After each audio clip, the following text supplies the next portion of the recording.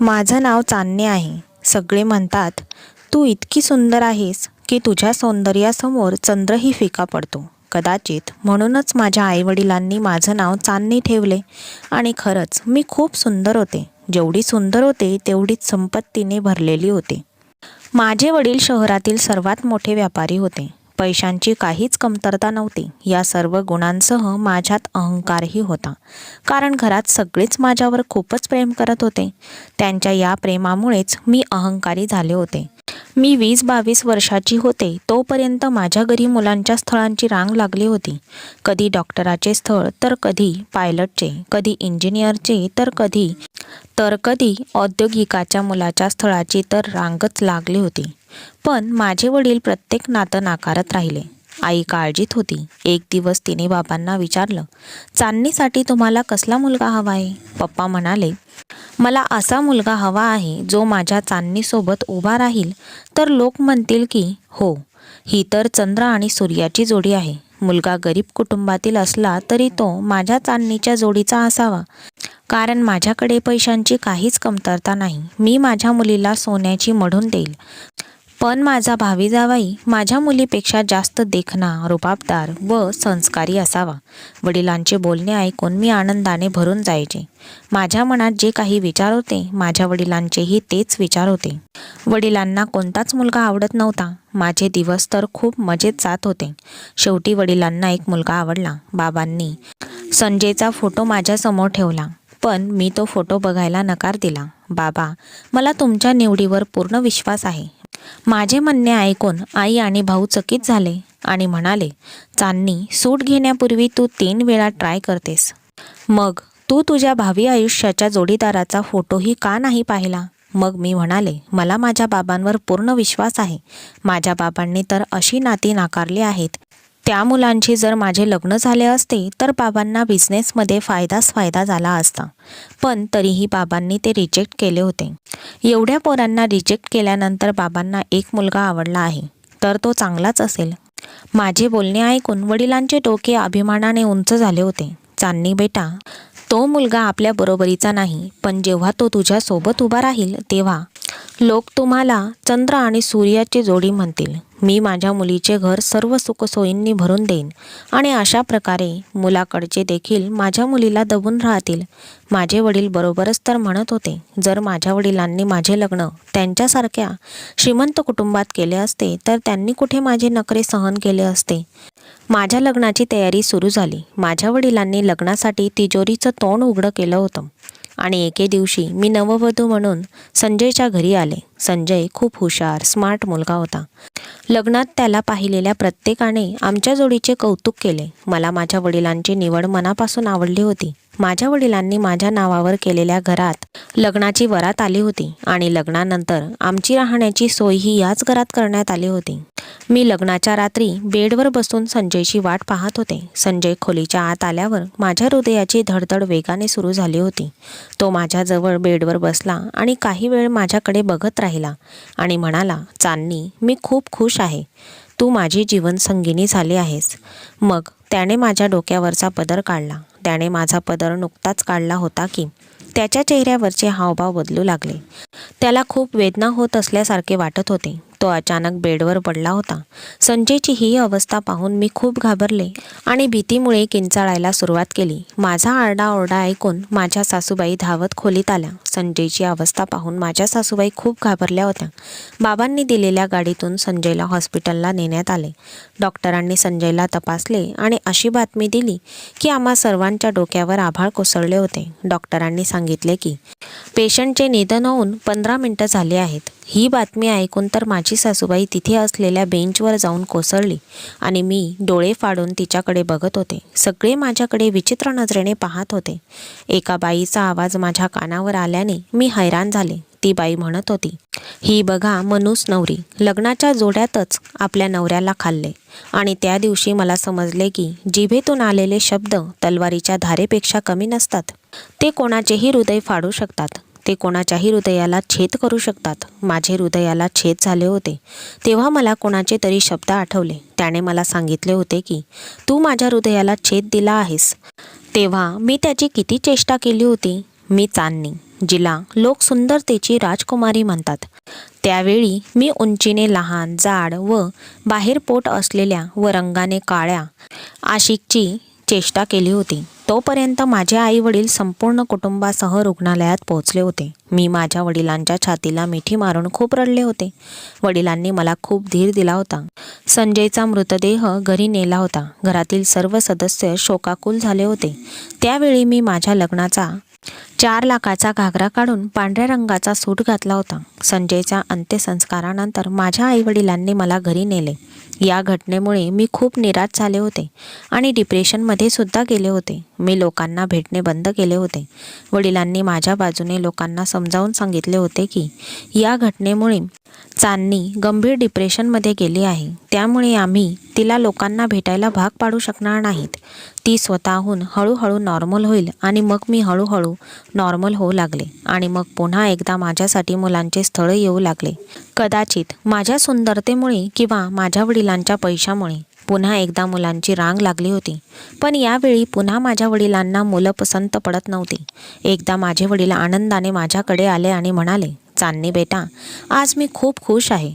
तुझी सासू दुर्गाबाई आली होती. तिला पुन्हा एकदा तुला सून बनवायचे आहे. तिला 4 मुलं आहेत. तिला तिच्या दुसऱ्या मुलासोबत तुझे लग्न करायचे आहे. अतुलसुद्धा त्याचा भाऊ संजयसारखा खूप देखणा मुलगा आहे आणि शिकलेला आहे. आपल्याला अजून काय पाहिजे? चांदणी, तुझं मत काय आहे ते सांग. मी म्हणाले, बाबा, तुम्हाला जे योग्य वाटेल ते करा. मला तुमच्या निर्णयावर पूर्ण विश्वास आहे. वडिलांनी माझ्या डोक्यावर हात फिरवला आणि निघून गेले. आणि मग पुढच्या 2-3 दिवसातच माझं अतुलशी अगदी साधेपणाने लग्न झाले. मी अतुलला लग्नात पाहिलं. तो खूप देखणा आणि हुशार मुलगा होता. मी पुन्हा अतुलची स्वप्ने पाहू लागली आणि पुन्हा एकदा मी त्याच घरात नवरी बनून आले. जिथे मी आधी आले होते. मी त्याच खोलीत बसून अतुलची वाट पाहत होते. थोड्या वेळाने अतुल रूममध्ये आला आणि माझ्यासमोर बसला. माझ्या हृदयाचे ठोके वाढले होते. मग अतुलने माझा पदर बाजूला करून माझ्याकडे बघितले. काही वेळाने तो अचानक ओरडला आणि मागे पडला. अतुलला असा खाली लोळताना पाहून मी किंचाळले. माझी सासू लगबगीने खोलीत आल्या आणि अतुलची अवस्था पाहून छाती ठोकू लागली. अतुलला दवाखान्यात नेण्यात आले. डॉक्टरांनी आम्हाला प्रार्थना करायला सांगितले. डॉक्टर म्हणाले की पेशंटची प्रकृती खूप वाईट आहे. मी पहिल्यांदा देवाकडे काहीतरी मागितले होते. याआधी मला देवाकडे काही मागण्याची गरजच नव्हती. सर्व काही न मागता दिले होते देवाने मला. मी रडत रडत देवाकडे अतुलच्या जीवाची भीक मागत होते. अर्ध्या तासानंतर डॉक्टर खोलीतून बाहेर आले. मी धावतच डॉक्टरांकडे गेले आणि अत्यंत आशाळभूत नजरेने डॉक्टरांकडे पाहू लागले. पण डॉक्टरांनी नाहीमध्ये मान हलवली आणि म्हणाले की आम्ही रुग्णाला वाचवू शकलो नाही. हे ऐकून मी एका बाजूला सरकले. माझ्या सासूबाईंच्या ओरडण्याने संपूर्ण हॉस्पिटल गुंजले होते. काही वेळाने आम्ही अतुलचा मृतदेह घरी आणला. सर्वांच्या जिभेवर एकच शब्द होता, या अभागी मनोज नवरीने अजून एकाचा जीव घेतला. लोकांचे शब्द आणि माझ्याकडे पाहण्याच्या दृष्टिकोनाने मला भीती वाटू लागली. अतुलचा मृतदेह उचलताच मी आईला मिठी मारली आणि रडतच म्हणाले, आई, मला इथून दूर घेऊन जा, नाहीतर मी वेडी होईन. मी पुन्हा एकदा माझ्या आईवडिलांच्या घरी आले. पण यावेळी चांदणी पूर्णपणे बदलली होती आणि चांदणीसोबत चांदणीच्या घरातील लोक देखील बदलले होते. यावेळी मला पाहून भाऊंच्या डोळ्यात चमक आली नव्हती. वहिनींनी मुलांना माझ्याजवळ येऊ दिले नाही. एकदा माझ्या भाच्याने मला विचारले, आत्या, तू म्हणूस अभागी स्त्री आहेस का? माझी आई म्हणते की तू तुझ्या आत्याजवळ जाऊ नकोस. तिची मनोसियतचा तुझ्यावरही परिणाम होईल. माझ्या डोळ्यात अश्रू तरळले. मी हो मध्ये मान हलवली. हो बाळा, मी वाईट आहे. माझ्याजवळ येऊ नको. माझ्याजवळ जोही येतो तो उद्ध्वस्त होतो आणि माझ्या कुटुंबाला माझ्यामुळे काही त्रास व्हावा असं मला वाटत नाही. मी स्वतःला माझ्या खोलीत कोंडून घेतले होते. बहुतेक वेळ मी फक्त खोलीतच असायचे. मला 3 वर्षापूर्वी घडलेली एक घटना आठवली. त्या दिवशी मी माझ्या मित्रमैत्रिणींसोबत पार्कमध्ये फिरायला गेले होते. रोज संध्याकाळी पार्कमध्ये जायची सवय होती. एके दिवशी एक सावळ्या रंगाचा मुलगा माझ्याकडे आला. त्याचा रंग गडद होता. पोटही बाहेर निघाले होते आणि उंचीही खूपच कमी होती. तो माझ्याजवळ आला आणि हसतच म्हणाला, चांदणीजी, माझे नाव सूरज आहे. मी तुला इथे रोज पाहतो आणि मी तुझ्या प्रेमात पडलोय. इतके प्रेम की तू मला मिळाली नाही तर मी मरेन. कृपया माझ्या प्रेमाचा स्वीकार कर. मी लवकरच तुझ्या घरी माझे स्थळ घेऊन माझ्या आईवडिलांना पाठवेन. त्या मुलाचे बोलणे ऐकून मी आणि माझ्या मैत्रिणी हसायला लागलो. मी त्या मुलाला म्हणाले, तू कधी आरशात तुझा चेहरा पाहिला आहेस का? कदाचित तू पाहिला नाही, म्हणूनच तुला हे सांगण्याची हिंमत झाली. आधी स्वतःकडे पहा. मी तुला माझ्या घरचा शिपाईही बनवणार नाही आणि तू माझा जीवनसाथी बनण्याचा विचार करत आहेस. फक्त तुझा चेहरा बघूनच मला उलटी झाल्यासारखं वाटतंय आणि तू विचार करत आहेस की मी तुझ्याशी लग्न करावं. फक्त तुझ्याकडे बघून मी विचार करते, रात्र गडद झाली की तू. असे म्हणताच मी पुन्हा जोरात हसायला लागले. माझ्या मैत्रिणी पण हसत होत्या. आमच्या हसण्याने त्याच्या डोळ्यात पाणी आले. डोळ्यात पाणी आणत तो म्हणाला, तुझ्या शब्दांनी माझ्या हृदयाला छेद केला आहे. या प्रेमाचा शाप आहे तुला. तू आयुष्यात कधीही सुखी होणार नाहीस. तुला तुझे जवळचे असूनही तू या जगात एकटी राहशील. तुला सर्वजण धुतकारतील. मग तू विचार करायला भाग पडशील की रात्र गडद आहे की तुझे नशीब. सूरज मला शाप देऊन निघून गेला होता आणि मी तिथेच गोठून उभी राहिले होते. सूरजचा शाप ऐकून क्षणभर मीही हादरले. पण मग माझ्या मैत्रिणींनी मला समजावले आणि मी थोडे नॉर्मल झाले. मी माझ्या मनाला समजावून सांगितले की हे शाप वगैरे काहीही नसते. त्याच क्षणी मला असे वाटलेच नव्हते की मला सूरजचा शाप लागेल. सुमारे 1 आठवड्यानंतर मी त्याच पार्कमध्ये फिरत होते. तेव्हा माझ्याजवळ एक मुलगा रडत आला. तो म्हणाला, चांदनी दीदी, मी सूरज भैयाच्या शेजारी राहतो. सूरज भैया आम्हाला सोडून गेले. रडून रडून त्याच्या आईची अवस्था खूपच वाईट झाली आहे. त्या दिवशी तुम्ही लोकांनी त्याची खूप चेष्टा केली. तेव्हा तो मला म्हणाला होता की मला काही झाले तर या मुलीला येऊन सांग. जर मी हे जग सोडले तर या मुलीमुळेच मी मेलो असे समज. चांदनी दीदी, मी सूरज भैयाचे बोलणे मनावर घेतले नव्हते. मला वाटले होते हा विनोद करत आहे. पण आज मला बातमी मिळाली की सूरज भैया यांचे निधन झाले आहे. ते आम्हाला सर्वांना रडवून निघून गेले. त्या मुलाचे बोलणे ऐकून मी आतून हादरून गेले होते. पण माझ्या मैत्रिणींनी मला समजावले, चांदनी, असे होत नाही. कोणीही दुसऱ्याच्या मागे मरत नाही. नक्कीच काहीतरी वेगळेच कारण त्या मुलाला त्रास देत असेल, म्हणूनच त्याने हे पाऊल उचलले. जे घडले त्यासाठी स्वतःला जबाबदार धरू नकोस. पण मी 2 दिवस डिप्रेशनमध्येच होते आणि पुन्हा हाच विचार करत होते. काश मी त्या दिवशी सूरजला प्रेमाने समजावले असते. त्याची अशी चेष्टा केली नसती. कदाचित मी प्रेमाने समजावून सांगितले असते तर त्याला समजले असते आणि हे चुकीचे पाऊल त्याने उचलले नसते. नंतर हळूहळू सूरजसोबतचा प्रसंग माझ्या हृदयातून आणि मनातून नाहीसा झाला. आज 3 वर्षानंतर मला सूरजने बोललेले शब्द आठवत होते. मी खात्रीने सांगू शकते की मला सूरजचा शाप लागला आहे. आज माझे जवळचे आणि माझे प्रियजन असूनही मी एकटी आहे. मला सर्व बाजूंनी धुतकारले जात आहे आणि आज खरंच माझं नशीब या भयंकर रात्रीपेक्षाही काळं झालं होतं. त्याचवेळी बाबा माझ्याजवळ आले आणि म्हणाले, चांदनी बेटा, दुर्गा बहीण 3ऱ्या मुलासाठी तुझा हात मागत आहे.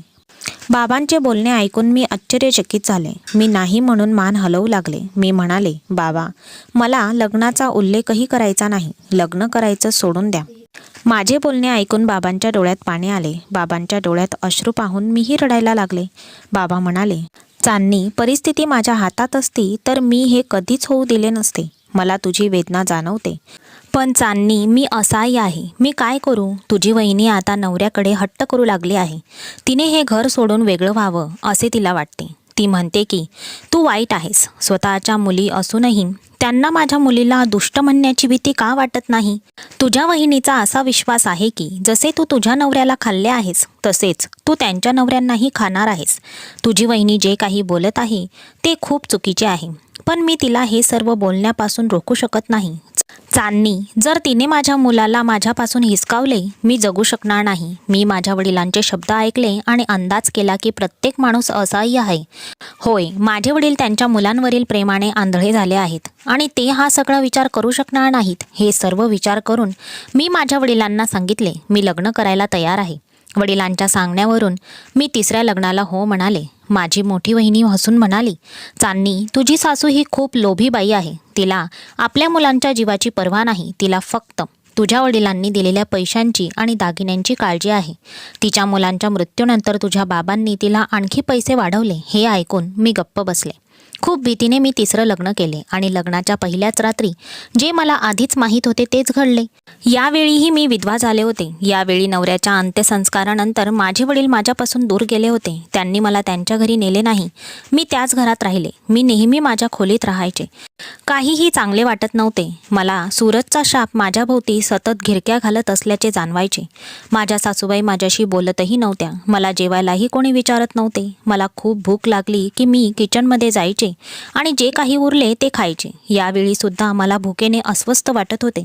मी किचनमध्ये फिरून पाहिले तर तिथे काहीच नव्हते. थोड्या वेळात दाराआडून एक हात बाहेर आला आणि त्याने दारामागूनच जेवणाचे ताट दिले. जो कोणी होता तो खोलीबाहेरूनच जेवणाचे ताट बाहेरूनच देऊन निघून गेला होता. मला आश्चर्य वाटले. या घरात कुणाला माझी सहानुभूती वाटत होती? माझ्या सासूबाई तर माझा इतका तिरस्कार करतात. मग आता हे रोजच व्हायला लागलं. रोज संध्याकाळी कोणीतरी माझ्या खोलीत जेवणाचं ताट द्यायचं.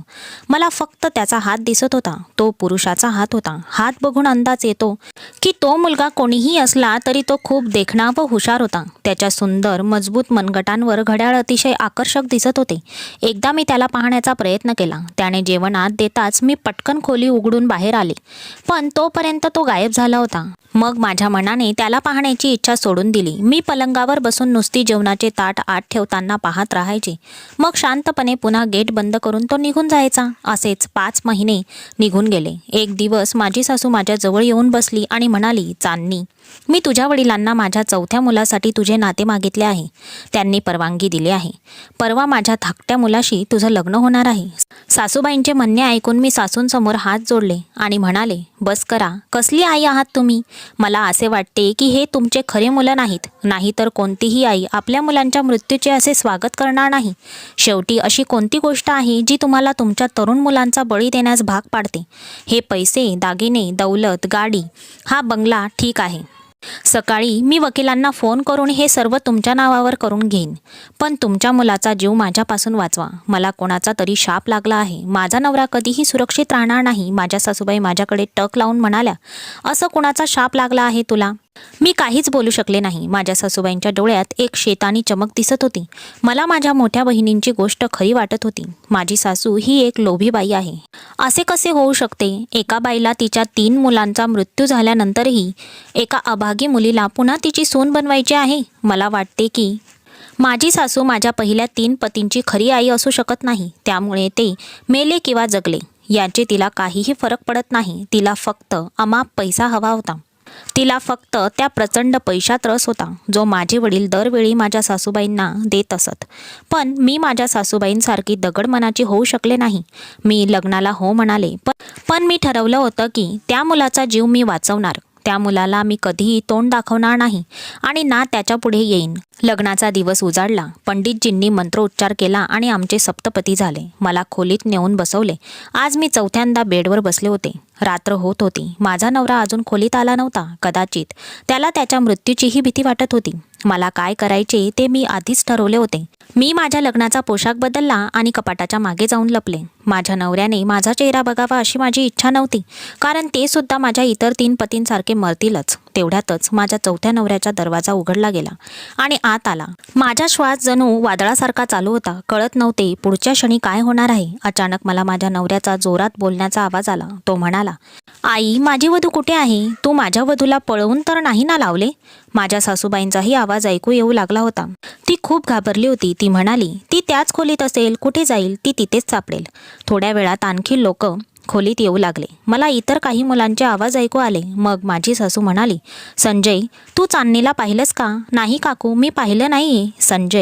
संजय हे माझ्या पहिल्या पतीचे नाव होते. मी पटकन कपाटाच्या बाजूने डोकावून पाहिलं तर जे दिसले ते पाहूनच मला आश्चर्य वाटले. माझे 3ही पती जे वारले होते ते माझ्या डोळ्यांसमोर सुखरूप उभे होते. ते माझ्यासमोर उभे असताना माझ्या सासूबाई माझ्या पतीसमोरून बाजूला झाली. तेव्हा माझ्या नवऱ्याकडे पाहून मला असे वाटले की मी आता श्वास घेऊ शकणार नाही. तो सूरज होता, जो 3 वर्षापूर्वी माझ्यासाठी हे जग सोडून गेला होता. मला असे वाटले की मी स्मशानभूमीत पोहोचले आहे, जिथे सर्व मृतदेह पुन्हा जिवंत केले गेले होते. मी भीतीने थरथर कापू लागले होते. सूरजच्या चेहऱ्याकडे बघून तो मला वेड्यासारखा वाटत होता. त्याचे बोलणे ऐकून मला खूप भीती वाटत होती. तो म्हणाला, आई, एकदा ती चिडिया माझ्या हाती लागू दे, मग मी तिचे पंख कापून या घरात कैद करून ठेवणार आहे. तसंही तिचं कोण आहे या जगात आता? रक्ताची नाती तिला अस्पृश्य मानू लागले आहेत. आता ती आयुष्यभर माझी गुलाम राहील. तिने मला नाकारले होते, आता मी तिला सांगेन नाकारण्याचं दुःख काय असतं. मी तिला इतका त्रास देईल की ती माझ्यासमोर रडून रडून दयेची याचना करेल. हे बोलता बोलता सूरजचा काळवंडलेला चेहरा अजूनही काळवंडला आणि भयानक झाला. त्याच्या चेहऱ्यावरून शैतानीपणा टपकत होता. सूरजचे भयानक हास्य संपूर्ण खोलीत गुंजत होते आणि मी भीतीने थरथरत होते. माझ्या सासूबाई म्हणाल्या, संजय, तू खोलीत बघ, तोपर्यंत आपण बाहेर जाऊन बघू. ती कुठेतरी इथेच असेल, असे म्हणून माझ्या सासूबाई सर्वांना सोबत घेऊन गेल्या. माझ्या खोलीत माझा पहिला नवरा संजय राहिला होता. तो मला इकडे तिकडे शोधत होता. मी माझे डोळे घट्ट बंद केले होते आणि मी मनातल्या मनात प्रार्थना करत होते, हे देवा, मला या जनावरांपासून वाचवा. तेवढ्यात एका हाताने माझे मनगट पकडले. मी घाबरून डोळे उघडले, पण मी आश्चर्याने उडी मारली. ज्याने माझे मनगट धरले होते तो हात, जो रोज मला खायला द्यायचा. त्याच्या हातात बांधलेल्या घड्याळावरून मी ओळखले, हा तोच हात होता. त्या व्यक्तीचा चेहरा पाहून मी थक्क झाले. तो संजय होता. मी काहीतरी बोलणार होते, तेवढ्यातच संजय माझ्या तोंडावर हात ठेवत म्हणाला, काहीही बोलू नकोस, शांतपणे उभी राहा. जर या लोकांना तू खोलीत आहेस अशी थोडीशीही शंका आली तर ते तुझ्यासोबत खूप वाईट वागतील. इथे आरामात लपून राहा. मी बाहेर जाऊन सर्वांना सांगेन की चांदणी खोलीत नाही. पण खबरदार, खोलीतून पळून जाण्याचा किंवा काही उलटं करण्याचा प्रयत्न केला तर मी थोड्या वेळात परत येईल. मी त्याला डोळ्यात डोळे घालून गप्प बसण्यास संमती दिली, म्हणून त्याने माझ्या हातातून हात काढला. संजयने बाहेर जाऊन चांदणी खोलीत नसल्याचे बाहेर सर्वांना सांगितले. मी कपाटामागे शांतपणे लपून उभे होते. मला तर काहीच समजत नव्हते हे सर्व काय चालले आहे. इतकेच समजले की सूरजने मला मिळवण्यासाठी हे सर्व केले आहे. सूरज इतका वाईट व खालच्या पातळीचा व्यक्ती असू शकतो, मी याचा विचारही केला नव्हता. उभं राहून माझे पाय आता दुखायला आले होते, पण संजय अजून आत आला नव्हता. माझ्याकडे संजयची वाट पाहण्याशिवाय दुसरा पर्याय नव्हता. संजयच्या बोलण्यातून असं वाटत होतं की फक्त तोच मला इथून बाहेर काढू शकतो. खूप वेळाने संजय आत आला. त्याने मला बेडवर बसवले आणि प्यायला पाणी दिले. तो म्हणाला की तुला शोधून शोधून ते थकले आहेत, आता झोपायला गेले आहेत. त्यांना वाटते आहे की तू तुझ्या आईवडिलांच्या घरी गेली आहेस, पण तुझे आई बाबा सुद्धा तुला दुष्ट समजतात. चांदणी, तुझं फक्त एकदाच लग्न झालंय. आधीचे तुझे 3 लग्न हे फक्त नाटक होतं. शेवटचं जे लग्न झालंय ते सूरजसोबत, आणि ते लग्न तुझं वास्तवात घडले आहे. 3 वर्षापूर्वी जेव्हा तू सूरजला नाकारले होतेस तेव्हा त्याने तुला मिळवण्याचा निश्चय केला होता, पण तुला मिळवणं खूप अवघड होतं. सूरजसारख्या कुरूप मुलासोबत तुझे आईवडील कधीच तुझं लग्न लावून देणार नाहीत, आणि मग त्याने तुला मिळवण्यासाठी योजना आखली. त्यात त्याने त्याच्या 3 मित्रांचा समावेश केला होता. या योजनेत सूरजची आई, लग्न करणारा पंडित आणि तो डॉक्टर समाविष्ट होता. तुझे वडील इतके पैसे द्यायचे की कोणाचेही तोंड बंद करायला पुरेसे होते. पंडितला पैसे देऊन लग्नासाठी चुकीचे मंत्र पठण करून घेतले. रुग्ण मेला आहे असे सांगण्यासाठी डॉक्टरांना पैसे दिले गेले होते. तुझ्या पहिल्या लग्नाचे नाटक माझ्यासोबत घडले. मग तुझी एकामागून एक 3 लग्न झाली आणि तुझा नवरा मरत राहिला. या सगळ्या मागे एकच कारण होतं, तुला अभागी म्हणूच ठरवलं जावं, म्हणजे तुझ्या आईवडिलांपासून तुझी सुटका होईल. आणि मग जेव्हा सूरजच्या आईने तुझ्यासोबत सूरजचं नातं मागितलं तेव्हा सूरजचा जाड व सावळा रंग असूनही तुझे आईवडील या लग्नाला नकार देणार नाहीत. सूरजला हे सगळं हवं होतं, कारण आधी तुझ्या आईवडिलांनी सूरजच्या नात्याला अजिबात मान्यता दिली नव्हती. आधी मी पण सूरजसोबत होतो, पण हळूहळू मला जाणवू लागलं की तुझ्यासोबत चुकीचं होत आहे. तुझ्या आईवडिलांनी सुद्धा तुला सोडून दिलं होतं. सगळे तुला दुष्ट म्हणू लागले होते. तुझ्यासोबत हे सगळं करण्यात माझाही सहभाग आहे. हे पाहून मला खूप वाईट वाटत होतं. सूरजची आई तुला उपाशी ठेवायची हे जेव्हा मला कळले, त्यामुळे मी रात्री हॉटेलमधून जेवण पॅक करून तुझ्या खोलीत ठेवायचो. मी आश्चर्याने संजयचे बोलणे ऐकत होते. डोळ्यातून अश्रू वाहत होते. संजयच्या खांद्यावर डोकं ठेवून मी ढसाढसा रडायला लागले.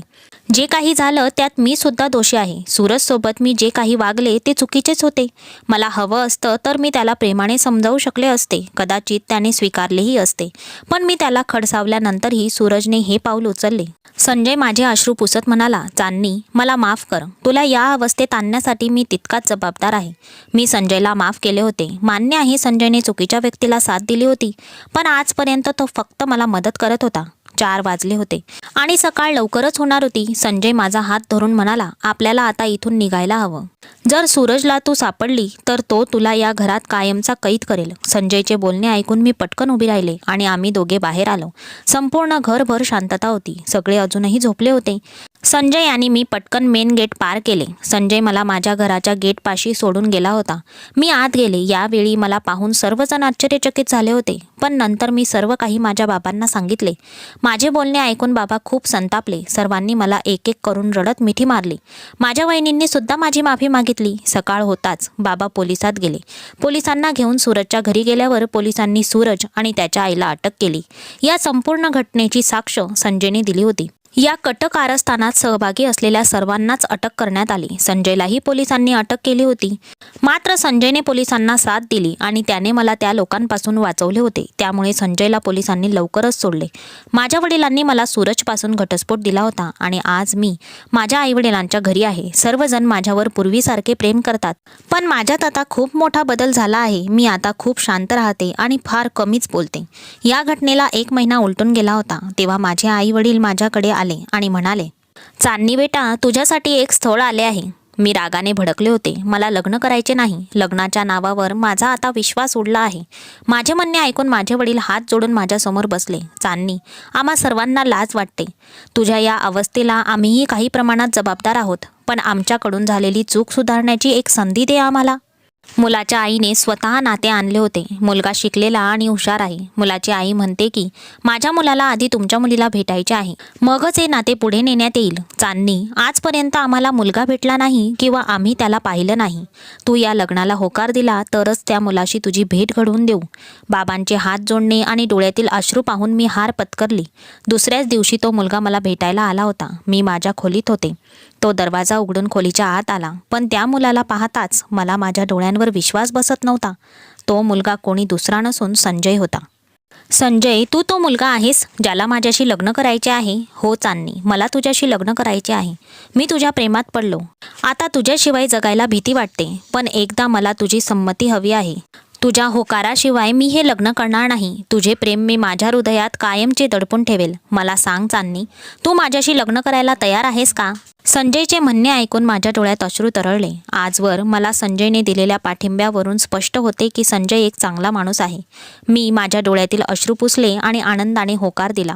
माझा होकार ऐकून संजय आनंदाने वेडा झाला होता आणि अचानकच त्याने मला छातीशी घट्ट मिठी मारली. संजयच्या रुंद छातीचा स्पर्श झाल्यावर जी शांतता जाणवली तीच मला हवी होती. माझी इच्छा होती की ती वेळ आता इथेच थांबावी आणि मी संजयच्या छातीशी लागून अशीच उभी राहावी. माझ्या आयुष्यातून दुःखाचे ढग निघून गेले होते आणि आता आनंदाचा सूर्यप्रकाश चमकत होता.